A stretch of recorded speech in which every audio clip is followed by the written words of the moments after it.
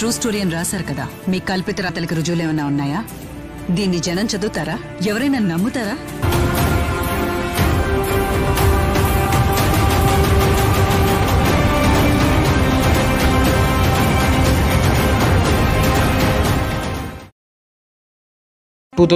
ODI world cup లో మన India team కనీసం సూపర్ 8 కూడా వెళ్లకుండా ఇంటికి వచ్చేశారు. దీంతో ఒక్కసారిగా దేశమంతా బొగ్గుమంది. ఇండియన్ ఫ్యాన్స్ అందరూ రోడ్ల మీద ఇండియన్ క్రికెటర్స్ బొమ్మల్ని తగలబెడుతున్నారు. దాంతో టీమిండియా పని అయిపోయింది, సొంత వాళ్ళే మిమ్మల్ని ద్వేషిస్తున్నారని చెప్పి మిగిలిన క్రికెట్ దేశాలన్నీ మనల్ని చూసి నవ్వుకున్నాయి.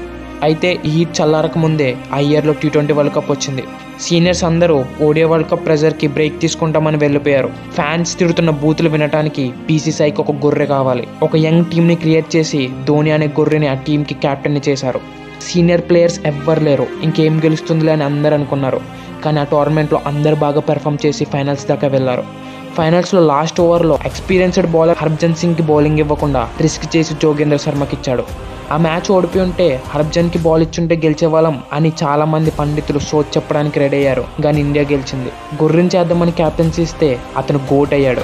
T20 వరల్డ్ కప్ ఏముంది తొక్క, వన్డే వరల్డ్ కప్ కొడితే గ్రేట్ అన్నారు. 2011 వరల్డ్ కప్ ఫైనల్స్ లో మళ్ళీ రిస్క్ చేసి యువరాజ్ సింగ్ ప్లేస్ లో అతనే స్వయంగా ఇండియన్ టీం రెస్పాన్సిబిలిటీని తన భుజాల మీద వేసుకుని అలా వాంకడే స్టేడియంలో కొన్ని వేల మంది అరుపుల మధ్య బ్యాట్ పట్టుకుని గ్రౌండ్ లోకి ఎంట్రీ ఇచ్చాడు.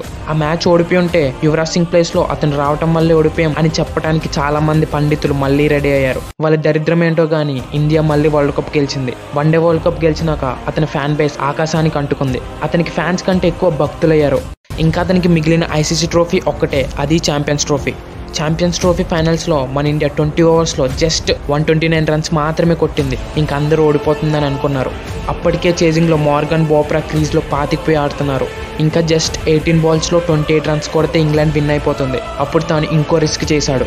అది ప్యూర్ స్పిన్ పిచ్. మన స్పిన్నర్స్ అందరూ మంచిగా బౌలింగ్ వేశారు. కానీ ఇంపార్టెంట్ ఓవర్ అయిన 18th ఓవర్ని ఆ మ్యాచ్లోనే ఎక్కువ రన్లు ఇచ్చిన ఇషాంత్ శర్మకు బౌలింగ్ ఇచ్చాడు. స్పిన్నర్స్ అంత బాగా బౌలింగ్ చేస్తున్నా వాళ్ళకి ఇవ్వకుండా ఇషాంత్కి ఇచ్చాడు. అందుకే మనం ఓడిపోయామని చెప్పడానికి మళ్ళీ కొంతమంది పండితులు రెడీ అయ్యారు. కట్ చేస్తే పర్ఫెక్ట్ ఫీల్డ్ ప్లేస్మెంట్స్తో అదే ఓవర్లో మార్గన్ని బోప్రాని ఇద్దరిని అవుట్ చేశారు. దీంతో ఛాంపియన్స్ ట్రోఫీ కూడా గెలిచారు. ఈ ట్రోఫీస్ అన్ని ధోని వల్లే వచ్చాయని చెప్పట్లేదు, ధోని లేకుండా ఇవన్నీ వచ్చేవి కాదని చెప్తున్నా. అసలు నేను ఒక చిన్న లాజిక్ చెప్పనా? ధోని హేటర్స్ కూడా ధోని ఫ్యాన్సే తెలుసా? ఎందుకంటే ఎంత నమ్మకపోతే అంత హట్ అవుతారు, ఎంత హట్ అవ్వకపోతే అంత రిటైర్ అవ్వమని అడుగుతారు. 3 కప్పులు తీసుకొచ్చిన ధోనికి టీంని ఎప్పుడు వదిలేయాలో తెలీదా? టీం అంతా సెలబ్రేట్ చేసుకుంటే అదే గ్రౌండ్లో తన పాపతో ఆడుకున్న ధోనికి యంగ్స్టర్స్కి ప్లేస్ ఇవ్వాలని అర్థం కాదా? సరిగ్గా ఆడట్లేదని సీనియర్ ప్లేయర్స్ టీంకి యూజ్ అవ్వరని చెప్పిన ధోనికి తను ఇంకా ఆడతాడో ఆడడో తెలీదా? అసలు 2019 వరల్డ్ కప్ సెమీఫైనల్ అయినాక అందరూ ఆ 2 ఇంచెస్ రన్అట్ గురించి మాట్లాడుకున్నారు. కానీ ఆ రోజు టాప్ 3 ఏం పెర్ఫామ్ చేయలేదని మాత్రం మాట్లాడుకోరు. ఇంకా ధోని ఇండియాకి ఎంత చేసినా గానీ ఎప్పుడూ గుర్తింపు అడగలేదు. ఎలాంటి ఫేర్వెల్ కోరుకోకుండానే ఒక చిన్న ఇన్స్టాగ్రామ్ పోస్ట్తో తన రిటైర్మెంట్ని ప్రకటించాడు. ఏ రన్అట్తో అయితే తన కెరియర్ని మొదలు పెట్టాడో అదే రన్అట్తో తన కెరియర్ని ముగింపు పలికాడు. ఇంకా ధోని క్రికెట్లో సాధించిన రికార్డుల గురించి, తన కెప్టెన్గా, వికెట్ కీపర్గా అతను చేసిన అద్భుతాల గురించి చెప్పుకోవాలంటే ఈ వీడియో సరిపోదు. నిజానికి ఒక పుస్తకమే రాయొచ్చు.